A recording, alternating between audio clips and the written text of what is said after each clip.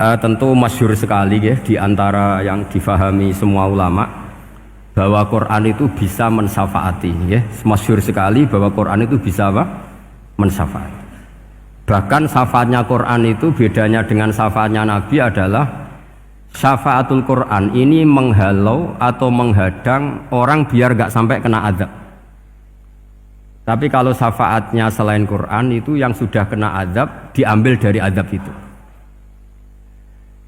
Nah, dalu niki kula kepengen matur teng jenengan sedanten karena niki lami sekali saya kaji bahwa malaikat, nggih malaikat sinten mawon itu juga kena konstitusi aturan fikih.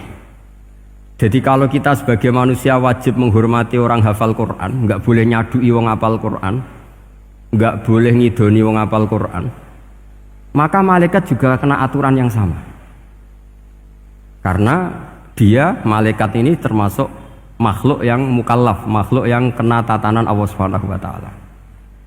Sehingga Rasulullah SAW dawuh surat Tabarok disebut Al-Munjiyah, Al-Waqiyah, surat yang bisa menyelamatkan yang hafal dari siksa kubur. Pokoknya singkat cerita, ada orang itu fasik, mungkin ya layak disiksa. Pas sampai disiksa malaikat, surat Tabarok muncul menjelma sebagai seseorang. Kalau kamu menyiksa orang ini berarti nyiksa saya. Terus kata malaikat, anti min kalamillah, ya rujuknya memang perempuan karena surah itu dari muannas karena ada taknya. Anti min kalamillah, kamu ini termasuk kalamullah. Wa ana akrahu musa'ataki, tentu aku gak berani menyiksa kamu. Ya terus berdebat kata malaikat, ini orang nggak bener, ini orang fasik, saya harus mukuli dia. Kata surat Tabarok, sak fasik-fasiknya aku itu neng atine, kena nyiksa dekne nyiksa aku. Wahnya debat karena nggak ada mahkamah konstitusi. Terus walhasil terus malaikat bilang gini, ya sudah kita lapor kepada Allah Subhanahu wa taala.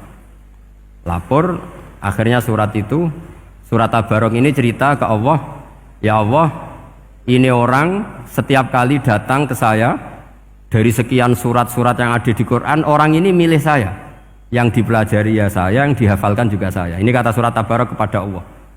Jika orang ini hafal saya tidak ngefek ke dia untuk tidak disiksa, maka mendingan saya tidak termasuk kitabika, saya tidak termasuk Quran saja. Wong jadi Quran ora iso nyafaati. Terus kata Allah, lho kowe kok emosi kata Allah. Ya harus emosi dong Gusti. Masa sudah di Quran kok gak iso nyafaati sing apal.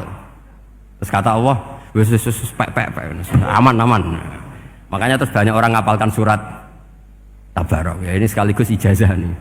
Untuk meradam kemarahan malaikat niku apal surat Tabarok. Syukur-syukur apal 114 surat. Oh niku malaikat sinten mawon pun kena ini. Cukup apal Tabarok. Sehingga adatnya orang-orang Jawa selain apal Yasin itu apal Tabarok.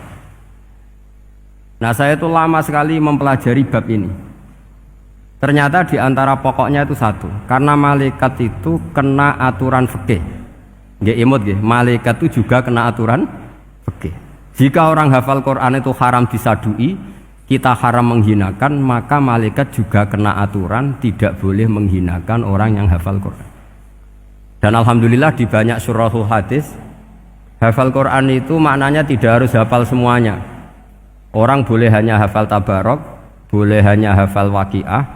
Itu kalau kamu hafal betul, surat ini juga bisa berdiri sendiri mensyafaati Anda. Kayak ini surat Tabarok, beliau matur kepada Allah Subhanahu wa taala.